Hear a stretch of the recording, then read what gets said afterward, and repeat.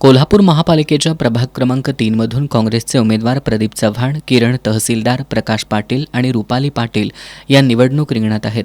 या उमेदवारांच्या प्रचारार्थ बापट कॅम्प इथं सभेचं आयोजन करण्यात आलं होतं. या सभेत बोलताना आमदार सतेज पाटील यांनी पुरावेळी मूर्तिकारांचं मोठं नुकसान होतं. तयार केलेल्या मूर्ती कुठं ठेवायच्या असा प्रश्न त्यांच्यासमोर असतो. त्यामुळे मूर्ती सुरक्षित स्थळी हलवता याव्यात यासाठी स्वतंत्र आणि सुरक्षित अशी 4 ते 5 मजली इमारत उभारण्यासाठी सर्वतोपरी प्रयत्न करू अशी ग्वाही आमदार सतेज पाटील यांनी दिली. आपण महापूर आल्यानंतर कुंभारांच्या केलेल्या मूर्त्या ठेवायला जागा नसते.